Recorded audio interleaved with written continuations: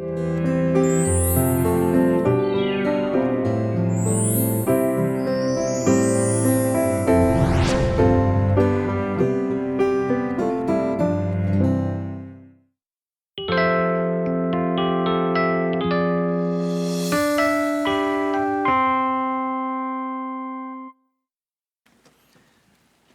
구약 이스라엘 역사를 보면 이 바벨론에게 망한 남유다 백성들이 참 비참해집니다. 바벨론의 포로로 끌려가는 이런 절망적인 역사를 경험하는데, 그 이후에 이 페르시아의 고레스 왕이 그 바벨론을 무너뜨립니다. 그리고는 고맙게도 포로로 끌려온 이스라엘 백성들을 다시 자기 나라로 되돌려 보내는 유화 정책을 펴게 됩니다.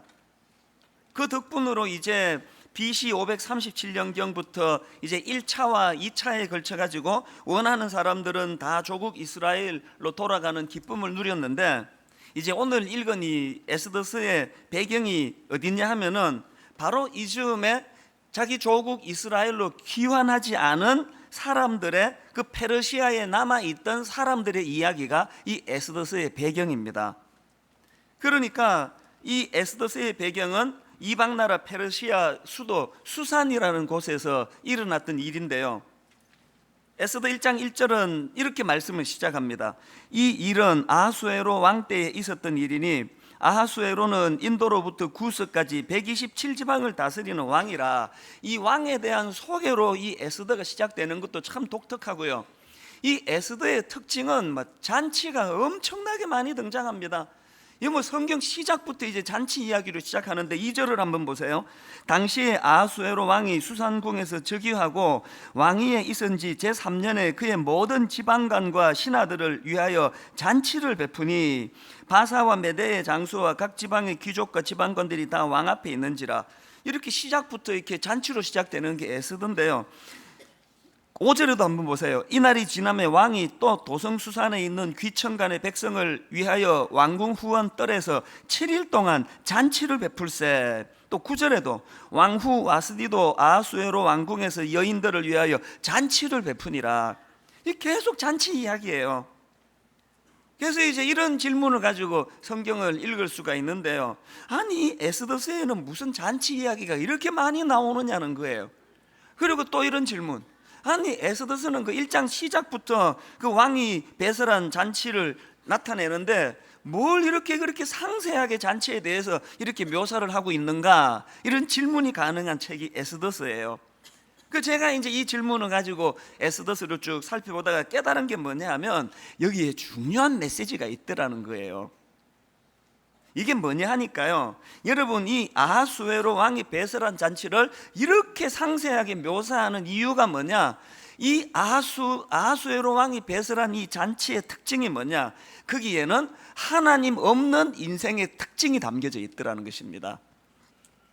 이걸 제가 세 가지로 정리해 봤는데요. 자, 아하수에로 왕이 배설한 잔치의 특징 중에 첫 번째 특징이 뭐냐? 자기 과시예요. 자기 과시. 4절에 보면 그가 왜 이렇게 연일 잔치를 배설하는가를 성경이 이렇게 해석을 합니다. 왕이 여러 날 곧 180일 동안에 그의 영화로운 나라의 부함과 위엄의 혁혁함을 나타내니라. 이 부분을 표준 세번역으로 보니까 선명합니다. 자기 왕국이 지닌 영화로운 부요와 찬란한 위엄을 뭐 하기 위해서요? 과시하기 위해서 잔치를 벌였다는 거예요. 성경은 이처럼 연일 잔치를 배설하는 아하수에로의 왕의 그 심리를 이렇게 딱 단정 짓습니다. 이건 자기 과시를 위한 거다. 잔치 도중에 갑자기 자기 아내 왕후 와스디를 불러들이는 이유도 똑같은 이유예요. 이 11절을 표준 세번역으로 보니까 이렇습니다. 와스디 왕후가 왕후의 관을 쓰고 왕 앞으로 나오게 하라고 명령하였다. 누가 명령했습니까? 아하수에로 왕이 명령했습니다. 왜 명령했느냐? 성경이 그 다음 이렇게 풀어 설명합니다. 왕후가 미인이므로 왕은 왕후의 아름다움을 백성과 대신들 앞에서 뭐 하고 싶어서? 자랑하고 싶어서라는 거예요. 성경이 이렇게 딱 명시를 하는 거예요. 여기서 우리가 얻어야 될 교훈이 뭐라고 할 수 있습니까? 이 자기 과시라는 것은 하나님 없이 살아가는 사람의 강력한 특징 중 하나라는 거예요. 우리가 영적으로 이게 뭐 보이지 않는데 내가 지금 뭐 믿음이 자라고 있나? 믿음이 후퇴하나? 이걸 점검하기가 참 어려운데요. 이런 원리를 가지고 자기를 돌아보면은 내 믿음의 상태가 어떤가를 점검할 수 있습니다. 그 중에 하나가 지금 내 안에서 이 자기 과시의 욕구가 얼마나 불같이 일어나고 있느냐. 영적으로 문제가 생기면 생기는 일이에요. 디모데후서 3장 1절 2절을 보니까 너는 이것을 알라. 말세에 고통하는 때가 이르러 사람들이 첫째 자기를 사랑하며, 둘째 돈을 사랑하며, 셋째 자랑하며. 그러니까 여러분은 지금 교회를 봉사하는 뭐 여러 기관의 분들 마음 안에서 어떤 내면의 동기가 일어나고 있는가? 목회를 얼마나 잘하는가, 여러분이 평가하는 거 평가하고 하나님의 평가는 완전히 달라요. 여러분은 겉만 보기 때문에 저의 속을 볼 수 없지만 하나님은 제 내면을 보시기 때문에 내가 어떤 동기로 목회를 하고 있는가를 가장 중요하게 보시는 거예요. 그래서 제가 저를 점검하는 잣대 중에 하나가 뭐가 돼야 됩니까? 내 안에 자기 과시는 없는가? 내가 다른 목사님들보다 아주 유능하고 탁월한 목사라는 것을 과시하기 위하여 열심을 내면 그것은 하나님 보시기에 참 추한 모습이라는 겁니다. 여러분은 어떠십니까? 오페라 공연하는 분들 사이에 그 떠도는 말이래요. 이 용어가 있는데요, 안다 박수라는 게 있대요. 안다 박수. 이게 참 재밌는 박수 아닙니까? 이게 뭐냐 하면은요, 이제 이 연주자들이 이렇게 연주를 하거나 지휘자가 지휘하고 나면 이제 그 곡에 따라 가지고 여운이 남는 부분이 있답니다. 그래서 곡이 다 끝났는데 그 짧은 몇 초 동안에 그 음악이 주는 여운을 그 몰입하고 이런 게 있는데, 이 안다 박수는 뭐냐? 이럴 때 꼭 그 예의 없고 매너 없고 애들 말로 그 싸가지 없는 이런 관객들은 곡이 끝나기 전에 막 박수를 치는데 이게 안다 박수래요. 그 왜 곡이 끝나기도 전에 막 박수를 치느냐 하니까 그 사람 심리 속에 나 저 음악 알아, 여기 끝나는 걸 내가 알아, 그래가지고 과시를 하기 위해서 치는 박수가 이게 안다 박수라는 거예요. 이 중에 안다 박수 치지 않으시기를 바라고요. 축도 끝나기 전에 그 나가는 것도 나쁜 일이고요, 공연 끝나기 전에 박수 치는 것도 나쁜 일입니다. 이 안다 박수의 심리 속에도 그 자기 과시의 심리가 담겨져 있다는 것입니다. 모든 인간은 이처럼 자기를 과시하고 싶어하는 본능이 자리 잡고 있기 때문에 믿음이라는 것은 이 저급한 욕구를 억누르는 힘이 있느냐 없느냐, 이거로 점검할 수 있다는 거예요. 마태복음 6장 5절 6절을 보면은요, 또 너희는 기도할 때에 외식하는 자와 같이 하지 말라. 그들은 사람에게 보이려고 회당과 큰 거리 어귀에 서서 기도하기를 좋아하느니라. 내가 진실로 너희에게 이르노니 그들은 자기 상을 이미 받았느니라. 또 그 다음에 6절입니다. 너는 기도할 때에 내 골방에 들어가 문을 닫고 은밀한 중에 계신 내 아버지께 기도하라. 은밀한 중에 보시는 내 아버지께서 갚으시리라. 제가 이 구절 읽다가 발견한 두 구도가 뭐냐 하면은, 기도하는 사람이 겉으로 보기에는 똑같은 모양인데 그 안에 두 구도 중에 하나라는 거예요. 하나는 5절에 나오는 뭡니까? 사람에게 보이려고. 또 하나는 6절에 나오는 은밀한 중에 계신데 하나님께 기도하라. 우리는 참 어리석어 가지고요, 저 사람이 그냥 막 새벽 기도도 나오대, 저 사람이 막 철학 기도도 나와서 기도하대. 우리는 그것밖에 보질 않는데 하나님의 관점으로는 기도하는 그 사람을 둘 중에 하나로 분류한다는 거예요. 저 사람의 모습 속에 하나는 뭐예요? 5절에 나오는 사람에게 보이려고, 그 다음에 또 하나는 6절에 나오는 은밀한 중에 계신 내 아버지께 기도하고. 이 하나님은 이 중심을 그렇게 보시는데 그 기준이 뭐냐? 자기 과시라는 게, 자기 과시. 그래서 바울은 고린도후서 10장 17절에서 이렇게 말씀하십니다. 현대 성경입니다. 주님이 인정하는 사람은 자기 자신을 칭찬하는 사람이 아니라 주님께서 칭찬해 주는 사람입니다. 참, 이런 말씀을 읽으면 그 바울의 통찰력이 참 우리 안에 많은 깨달음을 주는 것 같아요. 다시 한번 읽어드릴게요. 주님이 인정하는 사람은 자기 자신을 칭찬하는 사람이 아니라 주님께서 칭찬해 주는 사람입니다. 이 구도로 보면은요, 자기가 자기를 많이 드러내는 사람일수록 어떤 구도예요? 주님은 그 사람을 칭찬 안 할 확률이 높고요, 우리가 추구해야 되는 것은 내가 나를 과시하고 드러내는 쪽으로 가는 것이 아니라 주님이 칭찬하는 인생이 되는 것, 이걸 위해서는 우리는 자꾸 자기 과실을 억눌러야 된다는 사실이에요. 이게 아하수에로 왕이 배설한 잔치의 첫 번째 의미라면, 그럼 두 번째 의미는 뭐냐? 허영입니다. 허영. 4절에 보면 잔치가 무려 180일 동안 계속되고 있는데요, 그 긴 잔치가 끝나자마자 아하수에로 왕은 연이어 다시 잔치를 배설하는데, 그게 얼마나 화려했는지, 자 6절 7절 저 혼자만 읽기에 너무 배가 불러가지고 우리 같이 한번 읽어볼게요. 얼마나 화려한가를 느끼면서 읽으시면 좋겠습니다. 시작.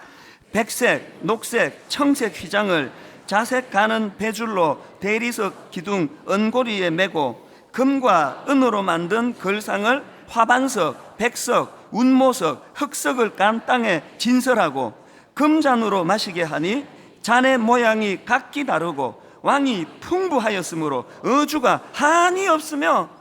와, 이 대단한 그 잔치 아닙니까? 여기서 우리가 알 수 있는 교훈이 뭐예요? 하나님 없는 인생의 특징인 첫 번째 특징, 자기 과신은 필연적으로 허영으로 흘러간다는 거예요. 여러분 혹시 그 베를렌 효과라는 용어를 들어보셨습니까? 이게 뭐냐 하면은요, 이제 어느 골동품 가게가 있는데요, 거기서 다루는 많은 이제 골동품 중에서 유독 이제 어떤 이제 물건이 안 팔리는 거예요. 이상하게 손님들이 딴 건 다 찾는데 이 골동품을 구입하지 않는데, 어느 날 이제 그 가게 종업원이 그 정리를 하다가 실수를 한 거예요. 이 가게 물건 가격을 정리하면서 실수로 공 하나를 더 붙여버린 거예요. 이게 원래 그 100만 원으로 해야 되는데, 이게 종업원 실수로 공 하나 더 붙여서 1000만 원을 매긴 거예요. 그랬더니 희한한 일이 벌어진 거예요. 100만 원 할 때 그렇게 안 팔리던 게 하루 만에 이 1000만 원 하니까 팔리더라는 거예요. 이게 바로 베를렌 효과예요. 이 배경도 가격이 높을수록 오히려 수요가 늘어나는 효과, 이게 베를렌 효과라면, 이 효과는 뭘 기반으로 한 겁니까? 허영을 기반으로 한 거예요. 사실 여러분, 우리 한국 사람들에게 마귀가 많이 역사하는 것 중에 하나가 나 허영이라고 생각해요. 이 베를렌 효과를 한국 교회 가게들이 얼마나 많이 이용합니까? 제가 이번에 유럽에 가가지고 소위 우리나라에서 유명하다는 명품 가게를 보고 깜짝 놀랐습니다. 가격이 너무 저렴한 거예요. 이상하다. 이게 이렇게 싼 가격일 수가 없는데, 보니까 뭐 다 그런 건 아니겠지만 상당히 많은 우리나라에서 유통되는 명품들에게 이 베를렌 효과가 있는 거예요. 여러분, 우리 안에 이 베를렌 효과가 우리 안에 있다면 그건 사치와 허영에 들던 인간의 심리가 거기에 반영이 되고, 그리스도인들은 그러면 안 된다는 거예요. 저는 목사기 때문에 저 자신에게 그 스스로에게 이렇게 경고하는 몇 가지 문구가 있는데, 그 중에 하나가 제가 저에게 종종 이렇게 명령합니다. 시편에 보면 그 자기 영혼에게 명령을 많이 하잖아요. 제가 그 원리를 가지고 저도 저를 많이 명령하는데, 하나가 이거예요. 이찬수 목사, 접니다. 헛멋들지 마, 너. 헛멋들지 마. 이걸 자꾸 저에게 명령을 해요. 여러분, 교회 사이즈가 한 이만해지면요, 이게 정말 헛멋들기 쉬운 위치예요. 어디를 가도 꼭 그냥 그 교역자 대동해서 다니고, 누구 운전시키고 운전수 고용하고 큰 차 타고 다니면서 이렇게 과시하고자 하는 그런 욕구가 인간 내면에 흐르거든요. 그래서 그걸 자꾸 저에게 명령해요. 근데 헛멋들지 마. 네가 뭘 했다고 헛멋이 드냐, 네가. 제가 저에게 그렇게 자꾸 그렇게 경고를 보내면은 이것이 참 효과가 있는 걸 느낍니다. 여기에 이렇게 그 자꾸 명품을 좋아하고 이 베를렌 효과에 그 자꾸 영향을 받는 성도님이 계시면 여러분에게 자꾸 명령하세요. 여러분 이름을 부르면서, 박수영, 우리 집사람입니다. 너 헛멋들지 마. 그냥 예를 든 거예요. 예를. 여러분 이름을 부르면서 자꾸 이거를 다스려야 돼. 왜? 이게 이 허영이라는 것은 하나님 없는 사람의 특징이거든요. 그 다음 세 번째로, 아하수에로 왕이 배설한 잔치의 세 번째 의미가 뭐냐? 분노예요. 분노. 12절을 보면 그 화려한 잔치가 이렇게 마무리됩니다. 그러나 왕후 와스디는 내시가 전하는 왕명을 따르기를 싫어하니, 그 다음 보세요. 왕이 진노하여 마음속이 불붙는 듯 하도다. 세상에, 이게 놀라운 인생의 법칙이에요. 그렇게 화려하게 시작한 그 잔치가 울분과 분노로 끝난다는 거예요. 자기 과시, 허영이 크면 클수록 그 인생에 허무가 자리 잡고 허무한 그 인생 자리에는 늘 남을 향한 분노와 울분으로 자리매김한다는 것, 이게 에스더서를 통해서 하나님이 우리에게 가르쳐 주시는 교훈이라는 거예요. 사실 여러분, 막 그렇게 막 엄청나게 화려한 그런 잔치로 시작하면 뭐합니까? 끝이 울분과 분노로 끝나는데, 우리가 과정에 뭐 좀 고생을 하고 힘이 들어도 우리 인생의 후반전이, 우리 막바지가 가면 갈수록 윤택한 인생, 이게 바람직한 인생 아닙니까? 그래서 저는 오늘 예배드리는 여러분을 진짜 축복하고 싶은 게 뭐냐, 여러분 지금보다 5년 뒤가 더 복된 인생 되시기를 주님 이름으로 축복합니다. 막 쓰는 김에 좀 더 쓸까요?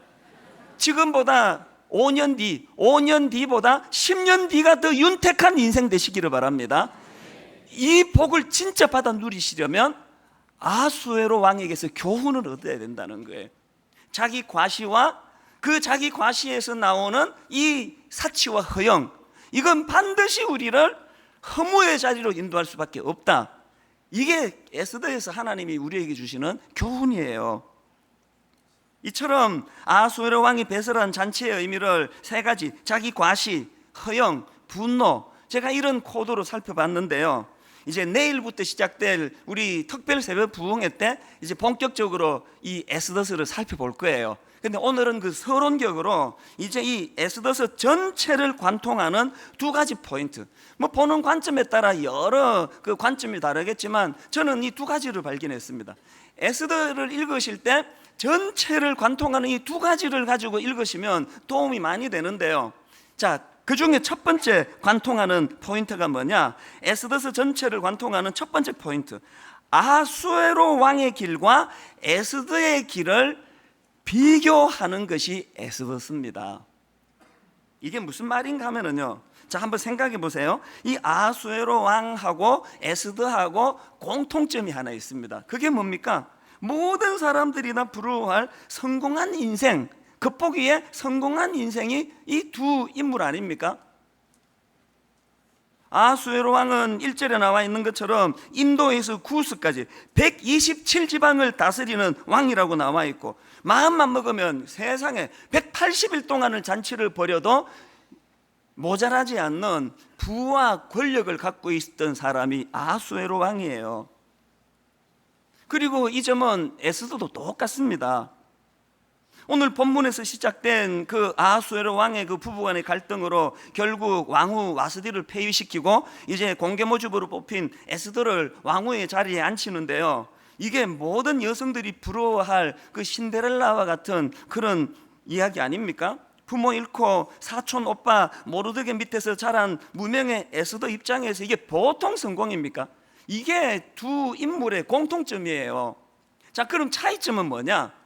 둘 다 그렇게 입지전적인 성공의 자리로 나아갔는데 결정적인 차이가 뭐냐? 아하수에로 왕은 그 복된 행운의 자리를 가지고 자기 과시, 허영의 길로 나아갔고, 에스더는 그 축복된 성공의 자리에서 자기를 위한 길이 아니라 이웃, 민족, 어려움을 당하는 자기 민족을 살리는 쪽으로 그 에너지를 사용했다는 거, 이게 결정적인 차이점이에요. 왜 제가 이번 특세 때 에스더를 살펴보기로 했냐면, 오늘 우리 모든 인생 앞에는 이 두 갈래 길이 놓여져 있는 거예요.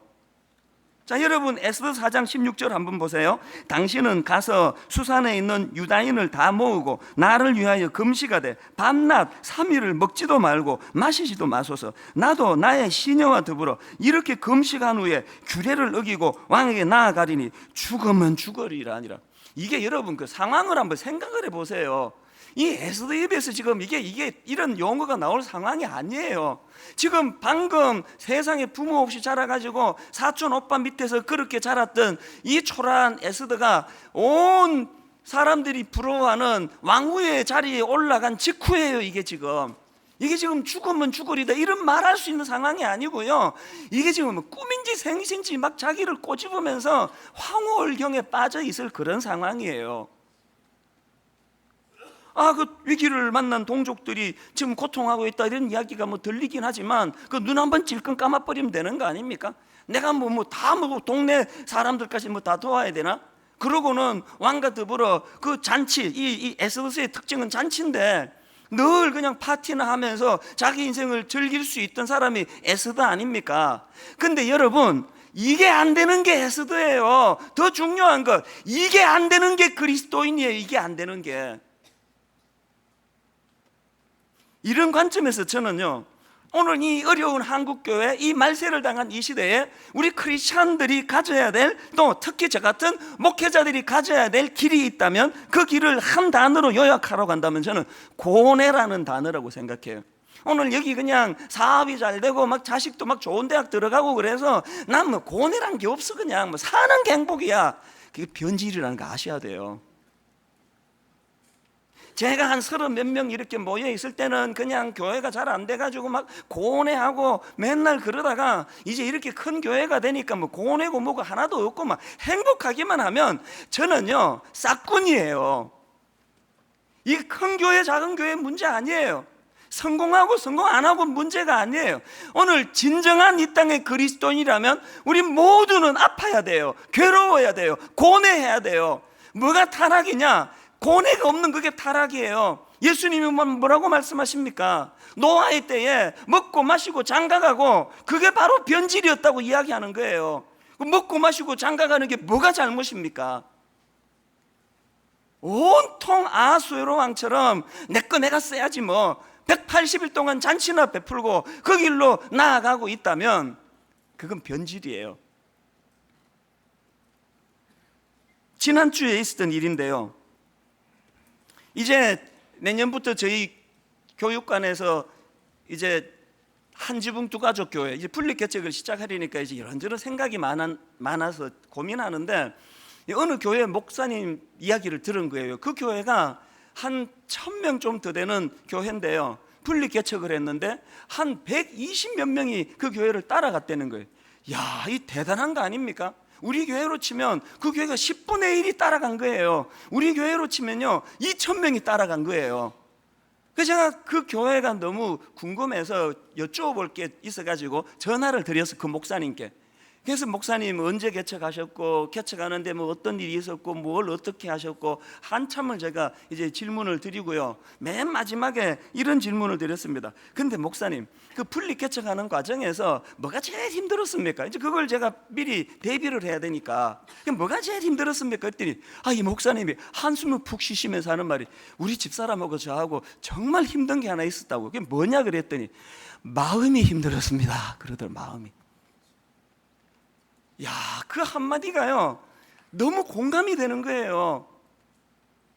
저희 교회도 2번에 걸쳐서 분리 개척을 했는데 그 딱 한마디로 요약하라면 저도 그렇게 말할 것 같아요.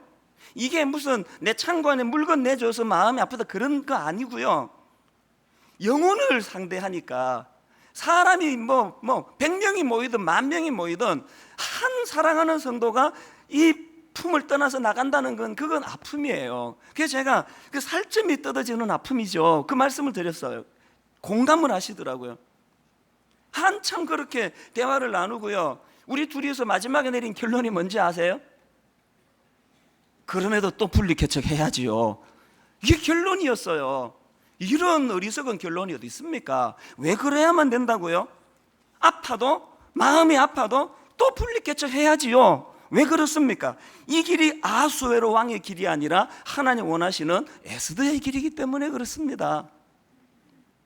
자, 그런가 하면 두 번째로 이 에스더 전체를 관통하는 두 번째 포인트가 뭐냐? 배후에서 역사를 주관하시는 하나님에 대한 믿음, 이 믿음을 보라는 거예요. 제가 여러분 이 배후에서라는 이걸 강조하고 싶은데요, 그게 왜 그러냐 하니까 이 에스더스의 특징 몇 가지가, 하나는 아까 잔치가 많다 그랬고요, 또 이 에스더스의 특징이 뭐냐 하니까 이 놀랍게도 에스더스에요 하나님이라는 단어가 한 번도 안 나와요. 여호와라는 단어가 한 번도 안 나와요. 아마 66건 가운데 유일한 케이스라고 제가 알고 있습니다. 그래서 그것 때문에요 역사적으로 이 에스더스가 많이 참 순환을 당했습니다. 예를 들면 종교개혁가 루트 같은 경우는 에스더스를 이렇게 혹평했습니다. 이 책이 우리에게 전수되지 않았으면 좋았을 뻔했다. 성경에서 에스더는 빼야 된다 그 말을 그렇게 돌려 말한 거 아닙니까? 칼빈 같은 경우도요, 자기 생애에 에스더서를 가지고 설교한 게 평생에 한 번도 없었습니다. 이렇게 하나님이라는 단어가 없다는 이유 때문에 참 혹평을 당한 성경이 에스더서인데요, 근데 저는 생각이 좀 다릅니다.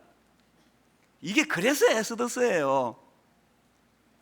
에스더서를 보면은요, 비록 거기에 단어로 하나님, 여호와 이런 단어는 나오지 않지만 에스더서만큼 그 배후에 일하시는 하나님, 역사를 주관하시는 하나님, 하나님을 신실하게 따르는 자들을 인도하시고 이끌어 주시는 하나님의 그 채취가 에스더서만큼 많이 느껴지는 성경도 많지 않습니다. 우리가 얻을 교훈이 뭡니까? 오늘도 우리가 입으로 주여 주여 이거 떠들고 다니지 않는다 할지라도 뭘 믿어야 됩니까? 오늘 내 가정을 지키시고 내 인생을 주관하시고 오늘 혼미한 역사를 주관하시는 그 하나님, 인간의 탐욕과 탐심이 걷어내지고 나고 그것을 볼 수 있는 눈을 가져야 된다는 것을 교훈하는 게 그게 에스더서예요. 이번 특세 기간 동안에 에스더가 그랬던 것처럼 저와 여러분 내면 안에 입으로 하나님을 하루에 1000번을 되뇌든 100번을 되뇌든 1번을 되뇌든 이게 중요한 게 아니고 내 깊은 마음 중심 속에 하나님께서 나를 주관하시고 하나님께서 오늘도 역사를 주관하신다는 이 믿음이 회복되는 저와 여러분 되시기를 바랍니다. 이 정신이 에스더서 속에 담겨져 있다는 것입니다. 사실 저는요, 먼저 이 에스더서를 몇 주 동안 살펴보면서 너무나 많은 은혜를 받았습니다. 제가 이 예감이 뭐냐 하면 하나님 꼭 제가 먼저 은혜를 받으면 이게 반드시 성도들에게도 은혜가 되더라고요. 은혜의 통로니까. 왜 제가 이 말씀이 너무나 저에게 위로가 됐냐 하면요, 사실 제가 지도자가 자꾸 그런 걸 내색하면 안 되니까 내색을 안 해서 그러지 저 안에 두려움이 있었습니다. 이제 2년 전에 1만 성도 파송 운동 선포하고 이제 8년 남았고 2년 세월이 얼마나 빨리 가는지 이제 8년 남았는데 8년 뒤에 과연 저 서영 교육관을 베팔고 그리고 여기 성도 중에 4분의 3, 15,000명 정도가 약한 교회로 작은 교회로 가시고 여기는 한 5,000명. 왜 5,000명은 남아야 되느냐 하면요, 우리 지금 장애인 복지관 여러 그 시설들을 저희가 지금 운영하고 있는데 최소한 그거를 유지하기 위해서는 한 5,000명은 남아야 이게 유지가 된다는 제 그냥 가벼운 생각이에요. 이 시간이 너무너무 빨리 지나가니까 제 안에 두려움이 있는 거예요. 과연 이게 잘 될까? 8년 뒤에 정말 여기에 5,000명 이하로 이 성도가 주는 일이 일어날까? 그런 두려움이 저에게 있었는데요, 이 에스더서를 보면서 하나님이 주시는 확신이 뭐냐? 네가 정말 다른 의도 없이 네가 정말 에스더의 길을 걸어가기를 원한다면 거기에 여호와 하나님 내가 개입한다. 네가 못하는 거 내가 한다. 그래서 모든 성도와 이찬수 목사는 너가 더불어 행복하고 더불어 기쁘고 더불어 같이 살면서도 이 일은 반드시 이루어진다, 이 확신을 저에게 주신 줄로 믿으시기를 바랍니다. 이게 에스더서예요.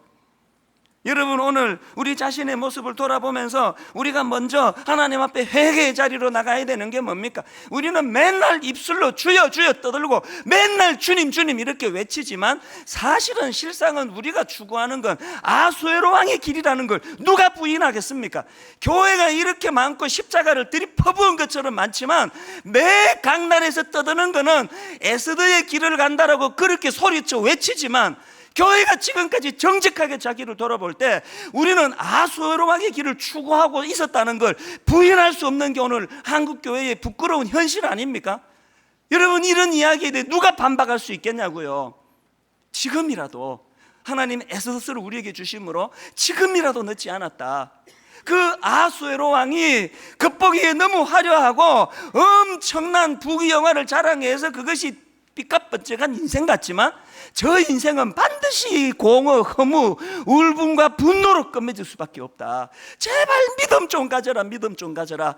에스더처럼 죽으면 죽으리라 선포하고 그 부귀영화를 너 자신을 위해 쓰지 아니하고 우리 연약한 이웃과 더불어 함께 나눌 때 너도 살고 그들도 사는 길이 열려진다. 여러분, 우리 기왕 예수 믿는데 우리 생애에 이거 한번 테스트 해보고 싶지 않으십니까? 정말 한번 하나님, 내가 이 말씀대로 살아갈 때 이것이 비록 좁은 길이요 고난의 길이요 힘든 길이지만 이것이 나도 살고 우리 이웃도 살리는 다 같이 승리하는 길인 것을 내가 맛보기를 원합니다. 이제 여러분, 분당 우리 교회가 그걸 시험하는 거 아닙니까? 저희 여러분, 공개적으로 다시 한번 말씀드립니다. 8년 남았습니다. 어떤 일이 어떻게 일어날지 진행하는 저도 모르고 있습니다. 그러나 하나님 아십니다. 우리가 하나님 앞에 정직하게 순결하게 다른 의도 없이 그냥 순수하게 에스더의 길로 나아갈 때 하나님께서 이 교회를 바른 길로 인도해 주실 줄로 믿습니다. 저도 행복하고 여러분도 행복하고 주변에 많은 작은 교회들이 더불어 행복한 그 놀라운 해법, 이것을 추구하는 분당 우리 교회 되기를 주님 이름으로 축원합니다. 우리 주 예수 그리스도의 은혜와 하나님 아버지의 다함없는 사랑과 성령님의 감동, 감화, 위로, 교통 충만하심의 역사가 내 앞에 유혹의 아하수로의 왕의 길을 멀리하고 힘들지만 좁은 길이지만 십자가의 길이지만 주님과 더불어 그분 손잡고 에스더의 길로 나아가기로 다시 한번 결단하고 다짐하며 기뻐 예배하는 모든 주의 자녀들 머리 위에 지금부터 영원토록 함께 하시기를 간절히 축원하옵나이다. 아멘.